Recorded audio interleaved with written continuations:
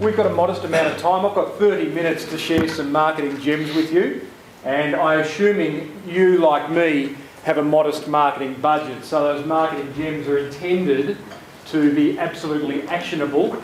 If not next week or next month, maybe tomorrow. This is a practical marketing session. I just want to draw your attention to something Mark wrote in his chairman's welcome. He said, "Never before have we been so ready to grow the sport. Never before have we had coordinated programs for both the BIA and Yachting Australia ready to pick up on the Olympic buzz." And I want to add to that welcome by saying, and never before, and I know this for a fact, has there ever been a better time to market a small business than right now. So there was some pretty kind of, there was some okay news up there. It's been a tough time, obviously, but what I can tell you is that the news around marketing and how you get your message out there and how you go from being a business to a brand, no matter how small you are. I have a one-man business, a one-man marketing consulting business, but there's just never been a better time to market a small business. So what I want to do is spend half an hour kind of convincing you of that and giving you some ideas and practical examples of that. And then I've got 10 or 15 minutes where you can shoot some questions back at me and we can make it even more practical. So I want you to imagine just for a minute being a thought leader in your industry niche. Just being the go-to person in your industry niche, whether that be geographically you define that, nationally, however you want to define it. I want you to imagine punching so far above your marketing weight that you're starting to compete against companies that have far, far deeper marketing pockets than you do, or ever will. I'll get specific. I want you to imagine speaking to a client or a customer, answering a question and then saying, "Hey, listen, do you mind if I send you a video that I've produced that explains that in much greater detail? And feel free to share it with your friends and family." Imagine writing an article that appears on page 1 of Google for a keyword search. Imagine having a phone call from a prospect saying, "Hey, listen, I heard what you had to say on that show the other night and I really loved it. You clearly know what you're talking about in your industry and I'd like to catch up for a coffee and find out how we can do business." And that show was your show, right? Now, this is all possible, right? It happens to me on a regular basis in my business, and I'll show you how I do that. 5 years ago, it might have been fantasy land, and you could have said, "You know what, Timbo, I think you probably should be speaking to bigger brands and bigger businesses." But that was 5 years ago, and the marketing world has changed so significantly in that time that all those things I spoke about are now available to us. You see, here's the thing. As small business owners, we are all standing on a mountain of knowledge. We know a lot about the industry in which we operate. Okay, is that fair? We are standing on a mountain of knowledge, so it's incumbent upon us to share it, right? And in sharing it, we will pull people towards us who want to do business with us. So acknowledge that. I think, hopefully you're going, yeah, that's me. I'm standing on a mountain of knowledge. I've got to share it. The opposite of what I'm talking about today is stuff like advertising and direct marketing and having stands at expos, that kind of what I call the push marketing. There's an absolute role for it, right? But the way the world has changed and some of the marketing opportunities that are available to us today mean that we don't always just have to push. We can engage and bring people towards us by sharing our knowledge. So to give you an example of what I do and some of the stuff that we'll talk about, that looks a bit stretched, doesn't it? But suffice to say, one of the ways I market my business is through a podcast. And who listens to a podcast out of interest? Cool, that's pretty good. I'd say about 30% of the room. Podcast is an online radio show. So every week I turn my microphone on and I interview someone and I express an opinion about some aspect of small business marketing. And it lives on a website called Small Business Marketing. There's a play button, you can play it and away you go. You can hear me interview someone. And that's a marketing channel for my business. I've been doing it for 3 years now. And as a result of creating content, of sharing my knowledge, it's put me on the iTunes store, the Apple iTunes store, as the #1 marketing show in the country. Punching above my marketing weight, because I don't have much of a marketing budget, right? But it's got me sitting above Harvard Business School and Australian Stock Exchange and Apple, right? So that's pretty good. And as a result, but see, I'm not in the business of just creating content. I create content in order to drive people into my business in order to do business. So as a result of creating a show and ranking number one of the other commercial outcomes, the commercial reality, is that if you search small business marketing, which is a key search term that I want to be found for on Google, and you are who Google says you are, by the way. We'll talk about that in a minute. I rank number one. These guys are paid to be there, and I'm ranking number one.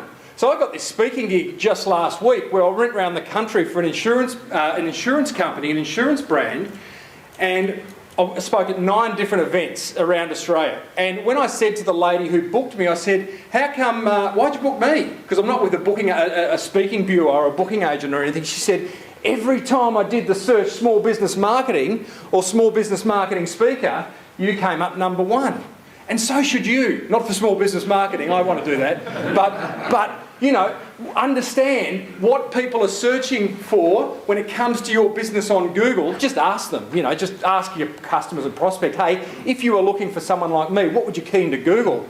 And start to own it. And we'll touch on how to own it. I've got half an hour. I'd love to give you the whole silver bullet, but we'll get there.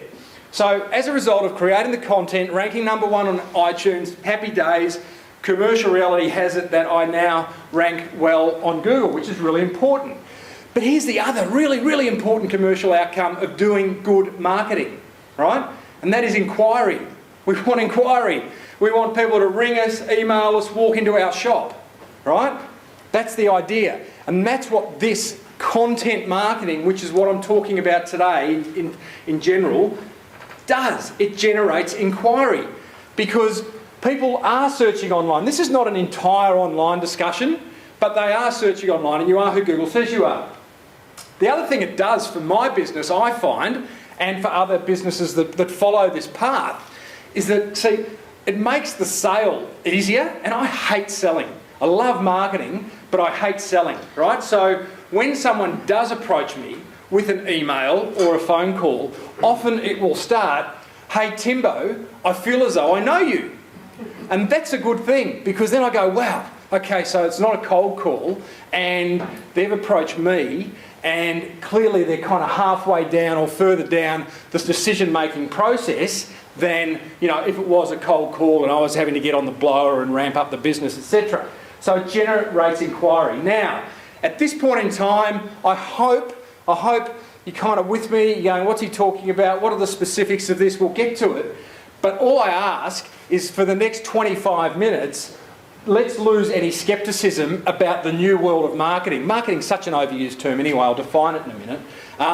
And let's just see that, let's make a pact within the room that what we see here is opportunity is now here, right? Not opportunity is nowhere, all right? You got it, well done. Straight to the front of the room, oh you are. Okay, because, you know, what I do see is a lot of small businesses kind of falling back on what I would call the lazy side of marketing. And having worked in advertising for many years, having been the marketing manager at Flight Centre, you know, I've seen lots of dough wasted on running ads or doing letterbox drops or sponsoring stuff. Still a role for it, but there is this new world of marketing out there and you've got to open your mind to it. You've got to lose some of the limiting beliefs that we all have had at some point in time, which is, it's not for my business. And I'll show you a photo shortly, which proves it kind of is for your business. So opportunity is now here. Let's define marketing. Marketing is what you do when you can't go see someone, right? That's kind of my simple, basic, everyday definition of marketing, because it is an overused term, but here's the thing, marketing is just one of those things. If we could, in an ideal world, what we would do is we'd all head out and get a meeting or a coffee with every single potential person who could buy from us. And we'd sit down and we'd go, how are you? What are you doing? How's business? And we'd have that conversation and at some point in time, hope to get to a sale. That's logistically unreasonable. So marketing is what you do when you can't go see someone. And so what you want to do in regards to that is make all your marketing, all your messaging, really personal. Okay, so I started to sort of give some tips. What I hope is there's one tip for everyone in this room, okay? But, you know, all good marketing, when you write marketing, when you do your marketing, pretend you're writing to someone in particular. One of the things we all miss out on, or often we forget as small businesses who are creating marketing, is the message part of marketing. Okay, we quickly go to, I've got to get a website, or I've got to be on Twitter, or I've got to do an ad, or I've got to sponsor something. Whereas what you should do is you should come back here and say, hang on, what is it that I'm going to say, right? Get your message right first before you worry about where to put it. It's like marketing 101, and many businesses forget about that. In regards to message, I had the opportunity to interview Martin Daly, who at the time was the head of people, HR, at Virgin Blue. And he made a wonderful statement. He said, people can copy what we do, but not who we are, right? So you need to create your messaging in a way that sets you apart from everyone else. And this is a guy who's in charge of bringing an airline to Australia. So you'd think the barriers to entry are pretty high and that you couldn't copy what they do. But he was convinced that there will be another airline. Sure enough, Jetstar came along. So once again, as small business owners, forget the fact that, you know, there's plenty of me and there's plenty of you. Okay, that's the fact. You know, and there's going to be another competitor open up tomorrow. So that you accept that and you focus on creating a brand, and you focus on creating more on who you are and not what you do, okay? It's the emotional stuff. See, brand building is what the big guys do, and the little guys, but all brand building is building an emotional attachment between you and your prospect, your best mates as I call them. My best mate's called Dazza, right? And I encourage you to know who your Dazza is. Now, the power of knowing Dazza in your message creation is really simple. Dazza's my perfect client, right? Dazza, when he calls me, and he's a real guy, he exists. When Darren calls me, he gets the best out of me. And when I work with him, I get the best out of him. And there's just this wonderful relationship that it's been going for years and years, and it just works well. So when I'm creating marketing materials for my business, whether it be writing a new web page or preparing a presentation or writing a sales letter or putting a video together, whatever it is, I create it with Dazza in mind. Remember I said marketing's what you do when you can't go and see someone? So I just have Dazza in mind so that it's just a really personal, it's almost like every time I'm creating marketing, it's like I'm writing a letter to Dazza. And I encourage you to do that too, because it just makes for a more personal experience.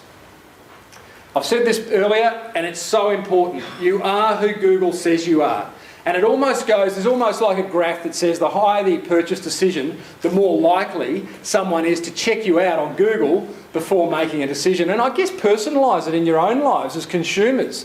How often do you get online and check stuff out, research stuff, price stuff? You know, it just seems to be happening more and more and more. And yeah, like Google, Bing, Yahoo, but Google is the biggest game in town at the moment for online search. So it's just worth really honouring that. You want to, in order to get to page 1 of Google, first understand what keywords people are searching for. So when they're looking for boat accessories, you know, they might be keying in boat accessories and a suburb. So therefore you create content around boat accessories suburb names. So for example, you know, you might have a blog on your website, which would be a good thing to do because Google like fresh content, and you might have a blog talking about how you can buy boat accessories in a certain website, and Google will index that and push you up further up the page when someone does a search on that term. See, all Google want, here's how Google works, it's quite complicated and none of us really know. Suffice to say that they want fresh, regular content that is unique placed on your website, right? Fresh, regular, unique content. And that content can be video, audio, words, pictures. But see, when Google don't see a website being updated, they kind of start to ignore it, okay? Many of us, I'm sure, will have a website. I'm guessing a number of us in the room as well may have a website that hasn't been updated since the first time we pushed the Go Live button 4, 5, 6 years ago, okay? Google regard that website as a bit of a smelly pond, right? Stagnant water.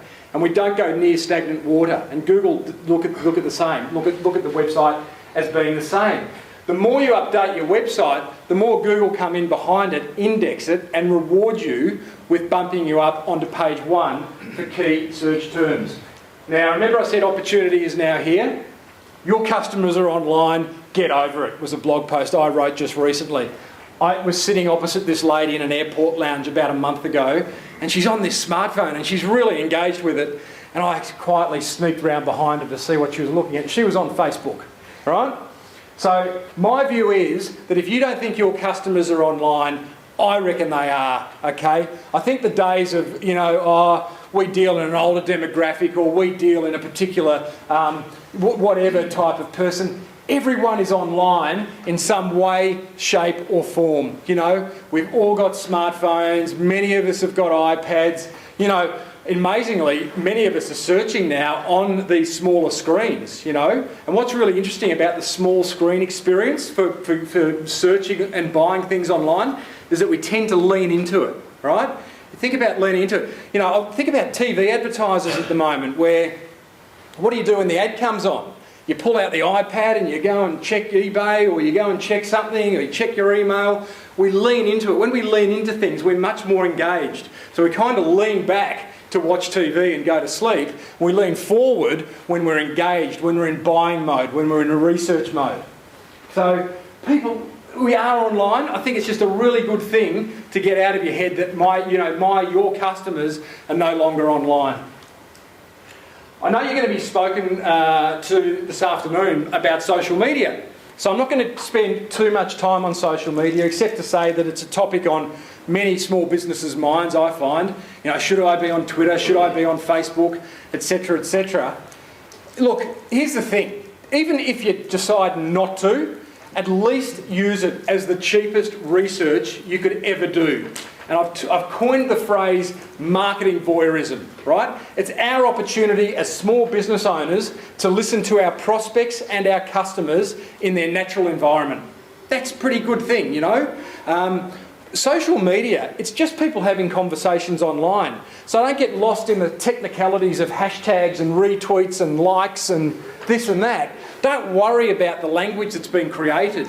Worry about the fact that, hey, now there is an opportunity to get onto Twitter, to get onto Facebook without having an account and going to the search bar and keying in, boat accessories, or I want to buy a boat, or key in phrases that are relevant to your business and see what people are saying. Just at the very least, see what they're saying. See how they're saying it. Do they say it in an excited way, in a fearful way, in an annoyed way? Get a sense of how your prospects are talking about your business, your industry, brands that you sell, and join that. And at some point, so that's a good thing to do. Then at some point, you may decide to join the conversation, which means open up the Twitter account, or open up the Facebook account, or open up the YouTube account. But I'm not one of the marketing guys who says, you all should be on Twitter, YouTube, Facebook, LinkedIn, whatever it may be. But use it. It's the cheapest research you'll ever do. So another mindset that I think is very, very valuable, and I touched on this at the start, is just this whole concept of pulling people towards you and not pushing them away. Once again, personalise it as a consumer, yeah? First and foremost, we're humans, then we're consumers, dads, mothers, sons, daughters, all that stuff, consumers. At some point, we're business owners, At some point, marketers. But just personalise this as consumers. And think about how you like to be sold to or don't like to be sold to. One of the things about the old way of marketing, if you like, the traditional ways of marketing, advertising, direct marketing, is they just tend, because they're limited by space and by time, they tend to just kind of get straight to the action. They forget the foreplay of engaging people and having that discussion. The new world of marketing, which is this notion of content creation, allows us to be opinion leaders, allows us to be thought leaders in our industry. So we don't have to go straight to say, look, buy from me, buy from me. We can actually spend some time sharing that mountain of knowledge that we're standing on, right?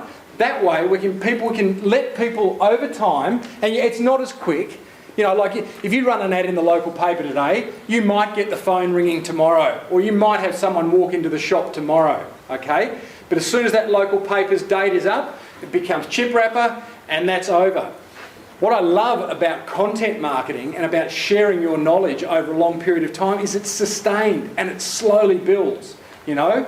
And you do have to be patient, but hey, it's not as expensive as the other options, okay? So content marketing positions you as a thought leader. So let's have a look at there's lots of ways of sharing that mountain of knowledge that we're all standing on. And I'm going to go into detail on some of these, except I just want you to get a sense of what I'm talking about. How could you share that knowledge that you have with your prospects and with your customers? So there's lots of ways. Video, blogs, you might not even heard of some of these. Suffice to say, you know, there's actually a website called the contentmarketinginstitute.com, and they have a free ebook that goes into detail on the top 42 ways of sharing your knowledge. So that would be a good resource if any of this is of interest. Suffice to say that it's about creating videos, blogs, forums, iPhone apps. Zach this afternoon's talking about mobile apps. That's content. That's sharing your knowledge. Press releases, surveys, mastermind groups, magazines, custom social networks, online training. A book, you know, like book is the original content. The book was the original way of saying, hey, I know a fair bit about this stuff. I'm going to put it into words and write a book. And that's really powerful. You know, like a book is a glorified business card. I was speaking with a fellow, we were speaking at the same event last week, and this fellow, I said, well, have you got a business card? And he said, no, but I've got a book. And that's powerful, you know. So that's a great example of content marketing is a book. And the other thing too, so limiting belief is like, wow, book. Imagine writing a book. How do I get a book published? How do I get it printed? How do I get it designed? All that stuff is here now for the small business owner. There's a website called lulu.com, L-U-L-U, that shows you how to publish a book. All you have to do is write it. They do the rest. So, and that happens a lot. A lot of these things, if we were to go into detail of a lot of these things, some of which you'll have never heard of, there'll be a stepped, cheap, easy, pain-free process to get you there. It's quite amazing. Let's talk about some aspects of content marketing in greater detail. Video marketing. So Google own YouTube, right? So Google like video. And Google rank video very highly when people do a search. If there is a video that answers a search request, Google will generally put that on page 1 of search results. And here's the thing. 5 years ago, if I said, hey everyone, go out and start video marketing, you could have laughed me out of the room. However, you know, we've all got the camera. There's your video camera, yeah? It's simple. It's got a fantastic video camera. That's all you need. Apple Macs, and I've coined this phrase Macketing, because I think with a Mac, even if you're on PC, buy a Mac and put it in the corner, and that can be your Macketing computer, your Macketing studio. But it comes with a free piece of software called Photo Booth that allows you to create videos really easily. If you don't want to stare down the barrel of a camera when you are presenting, when you are creating video, then you can get some wonderful software called ScreenFlow for Macs, or it's called Camtasia if you're on the dark side of PC. And what that allows you to do is record what's happening on your screen, records what you're saying, and then turns that into video. So it's called screen capture video.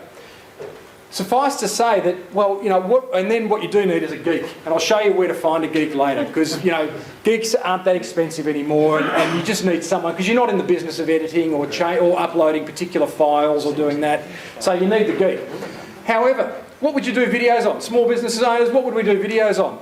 You should have a video business card. If you were in the services business, then I'd encourage you to have a video business card. I've got Dave here today who's following me around. He's updating my video business card. And I get a lot of work from just having a 2-minute video business card, so that when someone rings me and asks about my services, I send them a 2-minute video showing me in action, having me talk to camera, having some testimonials of people talking about the services that I've provided them successfully in the past. 2-minute video business card, best 2 minutes you'll ever do on video. You could do a store tour. You should have testimonials. Capture, when people thank you for a job well done, ask if you could capture it on video and send a crew around. You should answer every frequently asked question that you get from a customer or prospect, have a think about it. It's a good worthwhile capturing those. What are those 10 to 20 frequently asked questions you get asked from customers? And do a video for each one, answering each one. So then when someone else asks you, you can answer it, but then say, hey, can I send you a video where I go into greater detail? This is not complicated stuff. I know it sounds like when I'm going through this fast, it's like there's still probably a whole lot of unanswered questions. You could do a store tour. You could introduce each staff member on video and put it on your website. You could review every brand, every product, every service that you sell. Have an individual video for each one of those and paste it onto your website. Have it on a YouTube channel. That's free, you know. So it's not... And one of the great things about video, it's the richest form of content. And what I mean by that is from video, you can take the audio, so then you've got an MP3 and you can share that around. You can get it transcribed and turn it into a report. So all of a sudden, you're respecting the way people consume information. Some people like to watch, some people like to listen, some people like to read. Podcasting is another way of sharing the knowledge that you're all sitting on. And all podcasting is an online radio program. And all you need for that is an iPhone or a smartphone, but I'll go with the Mac side of things. A 99-cent app called iTalk that allows you to hit a big red button, start talking, and then upload it to YouTube or email it off to your transcriber or to your geek. A microphone, $200. I use a $200 microphone for my show. Now remember, like I've got the #1 marketing show in Australia. It's downloaded in 94 countries around the world with an audience in the thousands, right? But I do it from my home office with that microphone. And this $20 piece of software, and this free piece of software, and this geek, right? Not him, but like him. And he costs $40 an episode, right? So, yeah, there's some hurdles to get over. Yeah, there's some technical stuff that I can't explain right now. Suffice to say that you'll be amazed at how easy it can be to put all this together. And once you break through those technical hurdles, once you get your mic and figure out how it works, and once you know Skype and Skype call recorder, and once you've found your geek, you slip into this slipstream of content creation where you just worry about sharing the knowledge and the geek worries about putting it together. So we've gone video, we've gone audio with podcasting, and then another way of sharing your content is just writing. Imagine that, wacky stuff, a pen and paper, or a keyboard and a screen. But you know, blogging. If you've got a website for your business, have your web developer add a blog to it. And all a blog is like an online diary, you know, and it's an opportunity for you to literally log in and write an article, an opinion, express an opinion, review something, interview someone, and paste it to your website. A blog can include words, video, audio, pictures, and it's really easy to do, and it's the easiest way to update your website. And Google will love you for it, right? And it's allowing you to express that mountain of knowledge that you're standing on, okay? If that sounds too hard, write articles for other people's websites who share the same customers as you do. So you might be able to do joint ventures with businesses that share the attention, the eyeballs of your prospects and say, hey, I notice you've got a blog on your website. Do you mind if I do a guest article and express an opinion about something that I know your audience will be interested in? And then it links back to your website and it's happy days. Okay, give you some specific examples of businesses that are going both down this path of content creation but are also following this last small business marketing principle which I want to share with you, and that is challenging the category in which you operate. And I think we can all become a bit relaxed, a bit kind of just a bit used to the way we do business. You know, what's that saying? If you think what you've always thought, you'll do what you've always done. And if you do what you've always done, you'll get what you've always got. Okay? So it doesn't give you that opportunity to break free. So one of the great questions to ask is, how does the category currently go about doing business? How does your industry currently go about promoting itself, marketing itself, employing people, recruiting people? You know, all those different questions. Even just choose one. Just choose marketing and talk about how do we price, how do we package, how do we promote, how do we distribute, do all that, how do we price? And look at the conventions of your category and then flip them 180 degrees and see what the opposite of each of those conventions are. And if some of those opposites look quite interesting, Then ask yourself, how could I take that to market in order to build my business? So, for example, when Virgin Blue came to town, they challenged the airline category big time. They said, okay, how does Ansett and Qantas go about doing business currently? What are the conventions of that industry? Well, safe planes, well, we'll keep that. That's a good convention, we won't change that. But free food, free food was a convention of the airline industry back then. So they challenged that and said, why don't we get customers paying for food? Which, back then, that was unheard of. Part of flying was getting that free feed. So then you go, we're going to get people to pay for food. What's that going to do? That's going to reduce airfares. We could have, and how could we take that to market? We could have a trolley going up and down the aisle and an FPOS machine and a menu in the seat pocket. And so they challenged a convention of the category, and it proved to be a good thing to challenge. So I encourage you to ask that question. How is your business currently going about marketing itself, for example, and how can you do it differently? I have the pleasure on my show of interviewing a successful small business owner every week from around the world. And the way they get onto my show is that I do two things. One is go, who would I love to speak to? Who would I love to interview and ask questions of? Because, one of the reasons I started the podcast originally was because, sometimes getting through the Dobermans and getting to that right person was really hard. Because I think Tim's got something to sell, or whatever they're thinking. But if you say, hey, I'd like to interview such and such, it's a hell of a lot easier. So that was number one. And number two, it was just a great way of just challenging the category, because no one in my category was creating content in the form of a podcast. Now, here's some people. The next few slides are going to show you some different small businesses that are doing great marketing on a shoestring, mostly on a shoestring. I haven't interviewed this guy yet. His name's Tom. But if you want to see, you would think selling blenders would be really, really difficult. It'd be like, how can you make blenders interesting? Like these things that mash up your milkshake and stuff. So he's from a company. He's the CEO of a company called Blend Tech in America, right? And they've got this website called willitblend.com. And every week, Tom walks into this funny kitchen with his lab coat on and his glasses, and he looks all important. He's pretty funny. And he blends something. He's about to blend an iPad here, right? But he blends, anything. Bricks, it's just, will it blend? And then he pushes the button and we all just sit back and go, and like this guy, he's getting like 2-3 million hits within 24 hours on YouTube. It's funny, it's viral, it's engaging, and it's really smart marketing. It's really smart marketing. I'm actually interviewing him next week, so I'm quite excited about that. But that's just a great example of challenging the category, because, like blenders, who would have thought? And yes, an iPad does blend, believe it or not. It finishes with a pile of dust. Incredible. So I have interviewed Lloyd Perry. Hey? Big Richard Condoms. Who would have thought? You know what? Lloyd had this idea. He registered the name Big Richard years ago, and he got finally he wanted to turn it into a clothing label. So he's sitting in front of this panel of venture capitalists. Are you coming on to push me away? Are we nearly finished? Yeah, you got it. You were? All right. So he goes, venture capitalists go, we're not going to give you money for Big Richard clothing, but if you start Big Richard condoms, you can have as much as you like. So Lloyd he challenges the category. He breaks with convention. He's got a condom delivery van that goes around Sydney delivering condoms.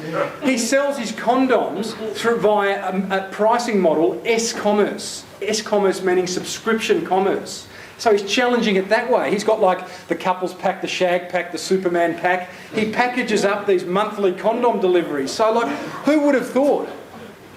This is a mate of mine, Dave Curry, who started an app called Haircaster. All right? Haircaster is a very benign mobile phone app. If you're in America, you open it up. It's at 99 cents. You open it up. You key in your zip code. It tells you, it goes to the Bureau of Meteorology, and it comes back and it tells you what the weather's doing outside your front door and how it's going to affect your hair that day. Right? Hey? We laugh. But he sold 300,000 of them within 12 months at 99 cents. And what he did, the way he promoted it, it cost him $8,000 to make, and he spent $1,000 on Facebook ads, which take 2, maybe 3 minutes to set up, where he targeted 18 to 35-year-old women who work in the media in New York. And he had his ad for Haircaster appear on their Facebooks, and the rest was history. He got articles in Vogue magazine, Cosmo, Clio, all that. You would have seen this guy, Kim Illman. He's from Messages on Hold. I interviewed him. He challenges his category by getting millions and millions of free publicity by holding up his logo at key sporting events. You see him behind the goals at the footy and at Melbourne Cup. He even got a banner in the 200-metre final of Kathy Freeman's Olympic race. So that's ambush marketing. These guys from Vino Mofo, I love what these guys are doing. They got sick of the category being up its own arse, as Andre said. The wine category. You know, everyone's talking about fruity blackcurrant overtones and undertones and all this. And he said, stuff this, we just want to drink wine. So he starts this forum called Quaff. Quaff doesn't make any money, but it has a whole lot of people talking about wine.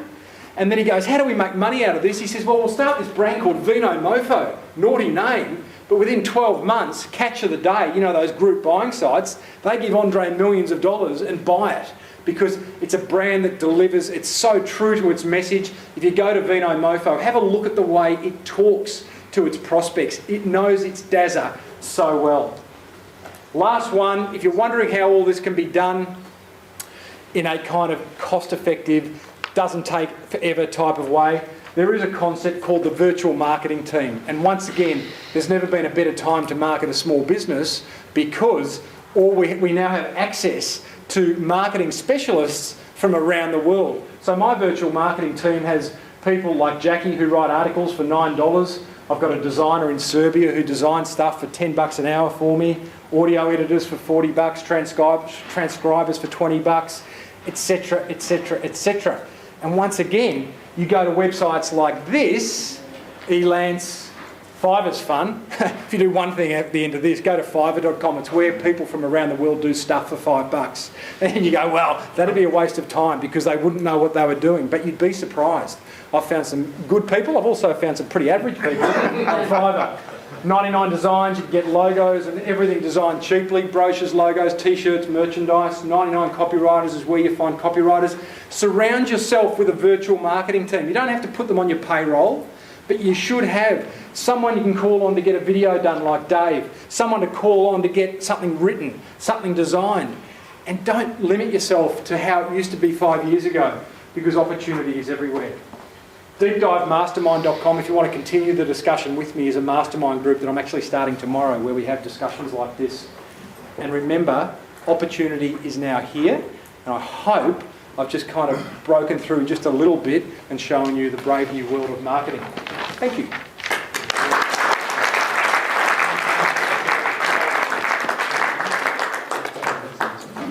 Well, Tim definitely had us all captivated there. Thank you very much. Has anyone got any immediate questions for Tim before they go and follow him up elsewhere? Tim, what is Mastermind? Oh, yeah, thank you for asking. Did I tell you to ask that? Mastermind is every Tuesday, starting tomorrow at 10 a.m. I'll be hosting a webinar, which is a webinar is basically you dial into a phone number, you hear me speak, you see my screen, and there'll be other small business owners sitting around what I call the virtual boardroom table, and each one gets to ask a marketing question of me and give an update on their business, and it goes for the next 12 months. And it's it's basically a weekly webinar where you get to ask questions of me and continue this type of discussion. And it's $400 a month. Anyone else? You've given a lot of great SEO tips today, and that's for, say, one shop versus another shop. And the one that takes on your tips will rank higher, blah, blah, blah. Yep. But how would you suggest having a couple of yous, say, living somewhere in Elwood? Basically, they're looking for, I'm trying to describe something, you're looking for something to do, and they may be looking at surfing or fishing or whatever. How would you capture them to approach the local yacht club, e.g. Elwood Yacht Club? You know where I'm going with this question. To grab the youth and get them to be made aware of the yacht club and then become enthused enough to go there. Young people in what Elwood... What sort of keywords would you be using to grab them? Oh, wow. Apart from excitement. Yeah, that's like that. One of the things I think you might be running short on there is there's a gap, which is... That's right. They don't know what they're looking for. Yeah. So search engines are really good for people who are looking for something. So our job, which is what we're going to be talking about in the next session, is how do you tell people what they should be looking for, and then they'll go to the search engine and they'll type in, I went and did a couple of little tests while you were talking, Discover Sailing, Hobart. Round of applause to the Royal Yacht Club of Hobart. They win that. Can't big round of applause to them. to that. Just first of all, go and find the young people in Elwood and ask them how they're finding. You know, like forget all the fancy stuff. Just, I think sometimes we often forget to just ask. When someone rings with a new inquiry, just take that time to say, listen, do you mind just, if I ask, you know, first of all, listen to what they're asking, because that's really kind of, that's telling. And secondly, where'd you find out about me and kind of what's your interest? And just engage them with that. And that's a good platform for them to create content that will kind of engage them. Tim, let's do, because early in the day we had John Bertrand ask a question which puzzled me during lunch, and I was talking to some people, which was, how do we retain the younger people who have they've been through college and then they leave? So I began to think about that, and I thought, how many people in this room are under 30? Okay, so we've got somewhere around about 10-20%. How many are under 25? Okay. You're 25, obviously. So on the weekend there was the Stereosonics Festival in Melbourne. You probably went, Sam, I'd imagine. No? He's still there. So Stereosonics pulled in just on 60,000 people. The week before they pulled in 50,000 people into Sydney. Stereosonics is owned and run by people who are my age bracket. But it's executed by people who are the audience's age bracket. So if we don't have a lot of 25 to 30-year-old people here, and they're talking about how to activate sailing, and know the answer to that very question of, you know, what do people in Elwood want to do, we can't expect to know the answer there. So the reason that we're really good marketing to people who are older is because most of the people who are doing the marketing are older. So we want to work out how to go and actually market to kids, but a lot of those older people also have kids, so they get the headspace. We need to get the people with the headspace for that category who can connect that answer exactly as Tim was saying. And if you're employing young people, the youth of today, give them some of the responsibility of doing some of the social media. If you know, like if you do like the idea of marketing voyeurism, or maybe Twitter's for you or Facebook, give them, it's like a promotion. I say to clients, you know, like give them the opportunity to run your Facebook or to be responsible for the video marketing. And to them it's a promotion. You know, that's a real responsibility they've taken on, sits well on their CV, and it's a good thing to do. You don't have to do it all yourself. And they're also using the same language as well. Same language, yeah. So Tim, thank you very much. Thanks, We're going to go into afternoon tea now. We're going to be back here in 10 minutes' time, which will take us up there to about 10 to 3. But how about we give Tim a big round of applause before we break?